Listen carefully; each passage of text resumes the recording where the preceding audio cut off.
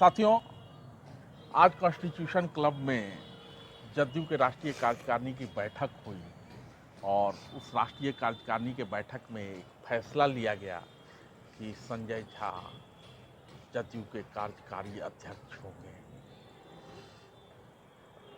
नीतीश कुमार अध्यक्ष रहेंगे और बिहार के मुख्यमंत्री भी। भाजपा कह चुकी है कि 2025 में नीतीश कुमार के नेतृत्व में ही बिहार विधानसभा चुनाव लड़ा जाएगा। भाजपा कहती रहती है, नीतीश कहते रहते हैं, सब लोग एक दूसरे से सुनते रहते हैं, लेकिन एक महत्वपूर्ण बात है जिस पे हमारे साथी हैं पंकज उपाध्याय जी मंगरुआ ये चर्चा करना चाहता है कि नीतीश कुमार हो या लालू यादव हो या उधर अश्वनी चौबे हो, सुशील मोदी रहे नहीं, शिवानंद तिवारी की उम्र हो गई है, ये सब लोग 1974 आंदोलन की उपज हैं। मतदाता युवा है, संजय झा भी युवा ही है। नीतीश कुमार की राजनीति में कभी भूजा पार्टी हुआ करता है, उस भूजा पार्टी में कभी कोई शामिल होता है, कभी कोई शामिल होता है, कभी कोई शामिल होता है। थोड़ा दिन बाद ये संदेश और संकेत आता है कि भूजा पार्टी में जो सबसे ज़्यादा करीब था वो हाशिए पे चला गया है और जो दूर दिख रहा था वो बहुत नज़दीक का। अब तक नीतीश के सबसे करीबी जो थे वो आरसीपी थे।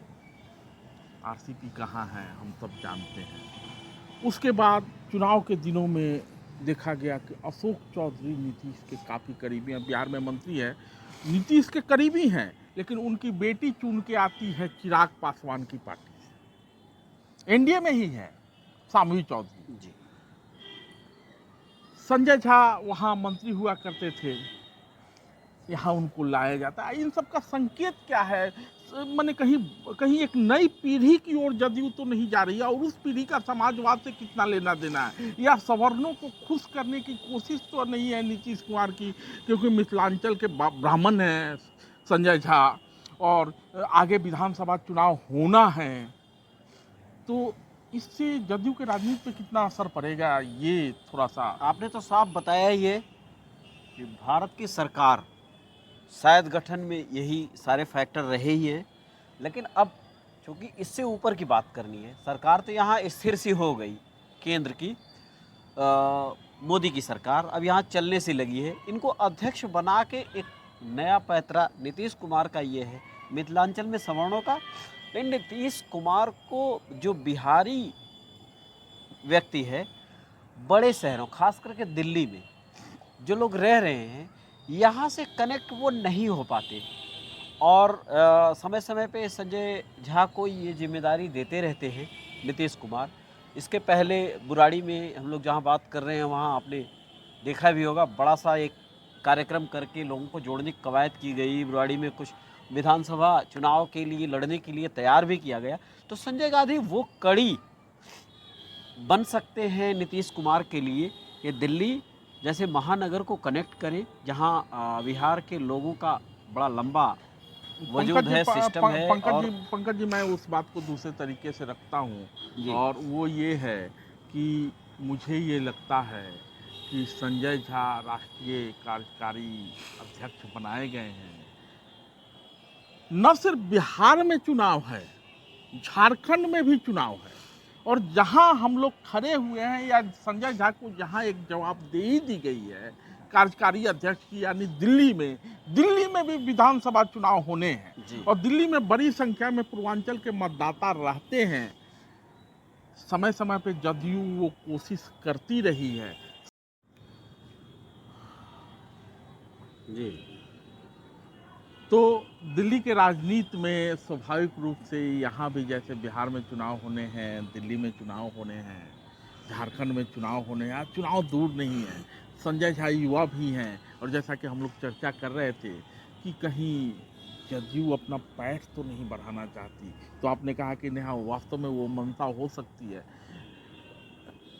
अब पंकज जी एक चीज़ कह रहे थे कि प्रोजेक्ट भाजपा के साथ जमेगा कि नहीं, किसके साथ जमेगा। असल में नीतीश कुमार के ये जब संसद का चुनाव लड़ने जाते हैं तो उस समय उनका प्रोजेक्ट कुछ और होता है, उस समय वो कुछ और चाहते हैं। जैसे ही क्या नाम है कि पार्टी के विस्तार का ख्याल आता है तो वो उत्तर प्रदेश में भी चुनाव लड़ना चाहते हैं, वो दिल्ली में भी चुनाव लड़ना चाहते हैं। राजनीतिक दल अपना विस्तार चाहता है, हर राजनीतिक। तो यहाँ जो है आपने देखा होगा कि चुनाव के पहले वो इंडिया गठबंधन के संयोजक बनने की बात कर रहे थे, मांग कर रहे थे, दबे स्वरों में उनकी इच्छा थी। तो कब क्या करेंगे वो तय नहीं है, लेकिन अभी संजय झा को बनाया गया है और यहाँ हमको ये लगता है कि संजय झा के कार्यकारी अध्यक्ष बनने से दिल्ली की राजनीति में थोड़ा बहुत जदयू का दखल जरूर बढ़ेगा। दखल तो बढ़ाने की जाहिर सी बात है, एक दखल बढ़ाने के लिए सारा कुछ किया गया है, वरना बहुत सारे नेता राज्यसभा दे के दिल्ली में रख के दिल्ली की एक कड़ी के तौर पे उनको पेश किया गया है। रही बात झारखंड का चुनाव भी साथ में है, तो झारखंड में तो पहले झारखंड मुक्ति मोर्चा से लड़ लें, ये कभी पार्टनर बनते हैं कभी अलग रहते हैं। उत्तर प्रदेश में समाजवादी पार्टी की बात कर लें, उसके पार्टनर हैं। तो कई बार एक पैरेलल अब कहाँ वो तालमेल बनाएंगे, तो एक दखल हो के 2-1 सीटों को मांगना, 4 सीटों पे चुनाव लड़ना, फिर ये चीज़ें तय करती हैं कि हमने इतने सीटों पे लड़ाया था पिछली बार, तो अब हम स्वाभाविक दावेदार उस सीट के हैं।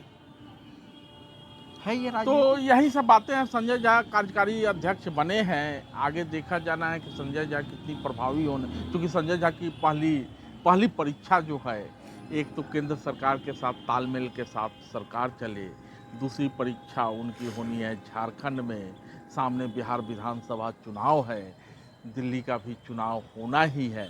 तो देखते हैं परीक्षा में कितना खरा उतरते हैं। बिल्कुल समय बताएगा कौन कितने नंबर से पास होता है, उतरना ही परीक्षा देना तो या फिर ललन सिंह के गत को प्राप्त